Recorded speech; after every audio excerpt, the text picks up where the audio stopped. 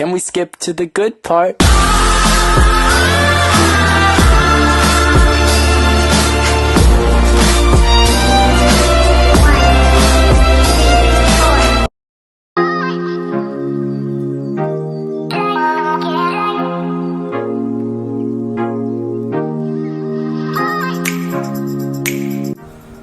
Assalamualaikum dan salam sejahtera. Ini merupakan video dokumentari yang dilakukan oleh Kumpulan 10 berkaitan dengan cabaran dan impak penglibatan migran dalam ekoturism di Pulau Sapi, Sabah.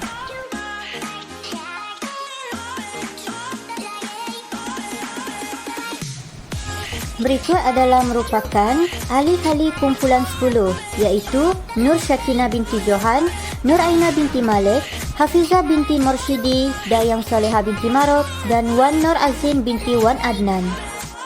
Pulau Sapi adalah salah sebuah pulau yang tercantik yang terdapat di Sabah dan antara pulau yang melakukan aktiviti ekopelancongan. Apa yang menariknya di pulau ini, terdapat beberapa aktiviti water sport yang boleh dilakukan oleh para pengunjung sambil menikmati panorama alam yang menakjubkan. Antara aktiviti tersebut ialah snorkeling, parasailing dan banana boat.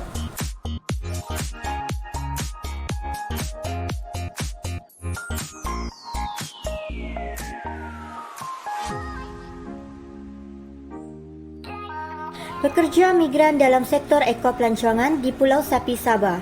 Secara amnya, pekerja migran ialah pekerja yang bermigrasi ke suatu kawasan yang baru sama ada dalam negara atau luar negara untuk mencari pekerjaan yang lebih baik. Pada dasarnya, migrasi merupakan satu perpindahan sukarela yang diatur oleh sekumpulan orang dari tempat asal yang biasa ke tempat yang baru. Menurut Konvensyen PBB mengenai perlindungan hak semua pekerja migran dan anggota keluarga mereka, pekerja migran ialah orang yang membuat aktiviti berbayar di negara yang bukan negara asalnya. Di Pulau Sapi, Sabah, terdapat beberapa orang pekerja migran yang berasal daripada luar kawasan Kota Kinabalu telah didapati bekerja dalam sektor ekopelancongan di Pulau Sapi. Pada dasarnya, ekopelancongan atau kata nama lainnya ialah pelancongan ekologi adalah bermaksud aktiviti yang melibatkan lawatan ke tempat-tempat yang mempunyai keindahan alam semula jadi. Oleh yang demikian, kumpulan kami telah memutuskan untuk membuat satu dokumentari kajian berkaitan cabaran dan impak penglibatan migran dalam ekoturism di Pulau Sapi, Sabah. Justru itu, objektif kajian kami adalah pertama, mengkaji cabaran yang dihadapi migran yang terlibat dalam sektor ekoturism di Pulau Sapi, Sabah, dan yang kedua adalah mengenal pasti impak penglibatan migran dalam sektor ekoturism di Pulau Sapi, Sabah. Manakala persoalan kajian kami pula adalah apakah halangan atau cabaran yang dihadapi oleh para pekerja migran sepanjang terlibat dalam sektor ekopelancongan di Pulau Sapi, Sabah dan apakah impak yang dihadapi oleh para pekerja migran dalam melibatkan diri dalam sektor ekopelancongan di Pulau Sapi, Sabah. Seterusnya adalah metodologi kajian. Metodologi kajian merupakan satu kaedah yang berkesan dalam merancang kajian secara sistematik bagi memastikan persoalan kajian dan objektif kajian dapat diperolehi dengan sah serta tanpa ada isu yang meragukan. Menurut Creswell pada tahun 2005, metodologi kajian ialah prosedur dalam penyelidikan kualitatif dan kuantitatif yang mana pengkaji menjalankan satu tinjauan terhadap sampel atau keseluruhan populasi. Bagi kajian ini, kumpulan kami telah menggunakan kaedah kualitatif di mana sampel kajian dipilih secara rawak dalam kalangan pekerja migran yang berada di Pulau Sapi, Kota Kinabalu, Sabah. Antara ciri-ciri pensebelan yang ada adalah seperti terdiri daripada Pulau Sapi yang terletak di Kota Kinabalu, Sabah, pekerja migran yang bekerja di Pulau Sapi yang bukan berasal daripada daerah Kota Kinabalu, pekerja migran yang berkhidmat lebih daripada 10 tahun. Di samping itu juga, sebelum proses pengumpulan data kajian, kumpulan kami terlebih dahulu meminta kebenaran kepada pekerja migran yang berada di Pulau Sapi ketika itu. Akhir sekali, selepas proses pengumpulan data kajian, data-data akan diproses lebih dahulu dan dianalisis, kemudiannya akan dipersembahkan dalam satu video dokumentari. Hasil kajian kami mendapati bahawa selain daripada mendapat tempat tinggal secara percuma, mereka juga mendapat gaji tambahan iaitu allowance sepanjang bekerja di pulau tersebut. Namun begitu, terdapat perbezaan pembahagian allowance antara pekerja yang tinggal di kuartus dengan pekerja yang tidak tinggal di kuartus. Di mana kami mendapati bahawa majikan merupakan ejen utama yang bertanggungjawab menjaga kebajikan pekerja migran ini. Yang bekerja di pulau ini yang tinggal jauh daripada kawasan PK ni, yang bekerja di pulau disediakan tempat tinggal. Dia kotos di dalam pulau ni. Tempat tinggal tu ada dia dikenakan bayaran ke tak? Tidak. Semua majikan Dibayar allowance lagi. Ya, contohnya begini, yang tinggal di pulau akan dibayar allowance RM90. So yang orang yang tinggal di luar, kelebihan dia dibayar RM300 untuk mungkin sewa rumah ya. Itu lumayan lah. Ditanggung. Seterusnya adalah responden pekerja Pulau Sapi ramai mengatakan bahawa mereka menikmati banyak kemudahan fasiliti dan tempat tinggal sepanjang bekerja di situ.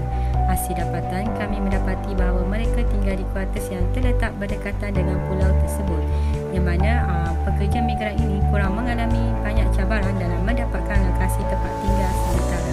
Dari macam pihak di sini lah, pihak organisasi, ada tak dia menyediakan macam tempat tinggal, fasiliti kepada pekerja? memang ada. Macam Angka sendiri memang tinggal di sini? Seterusnya, kebanyakan pekerja migran di Pulau Sapi juga mempunyai banyak ilmu, pengetahuan dan kemahiran berkenaan ekoturism.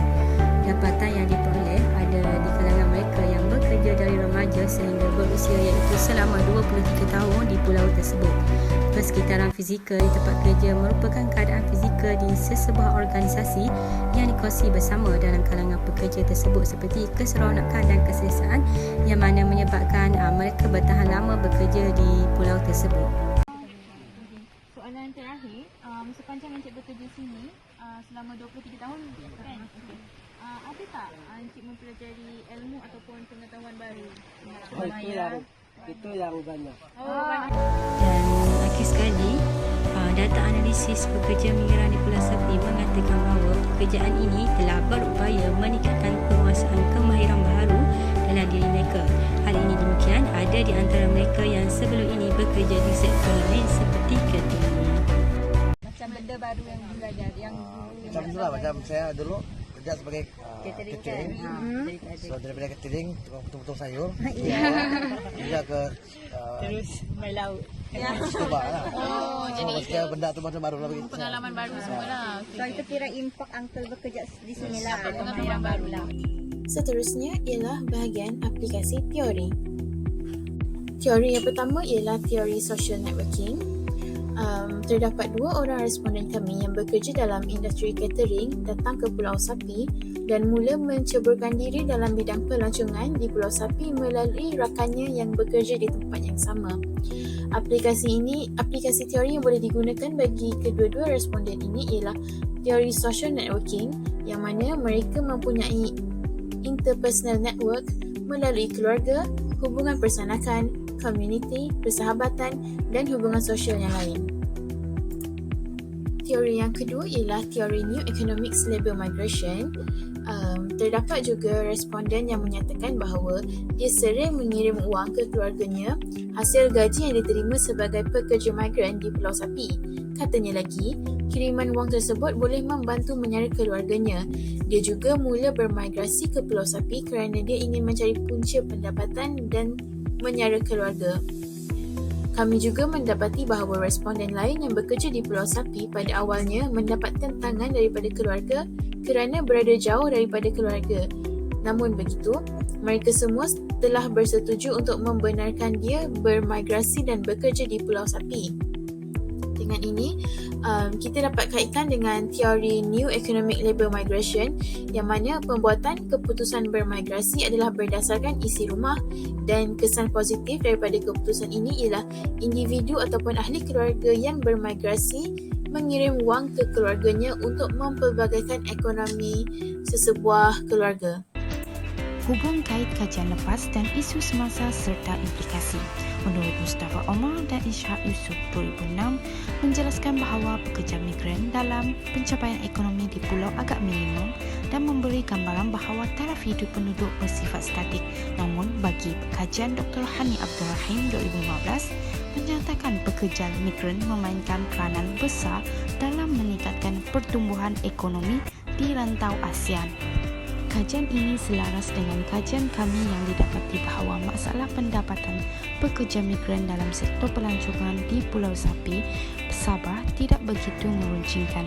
Malah pihak majikan juga telah menyediakan gaji tambahan seperti allowance kepada pekerja tersebut. Hal ini telah membawa implikasi kepada peningkatan taraf hidup terhadap pekerja migran.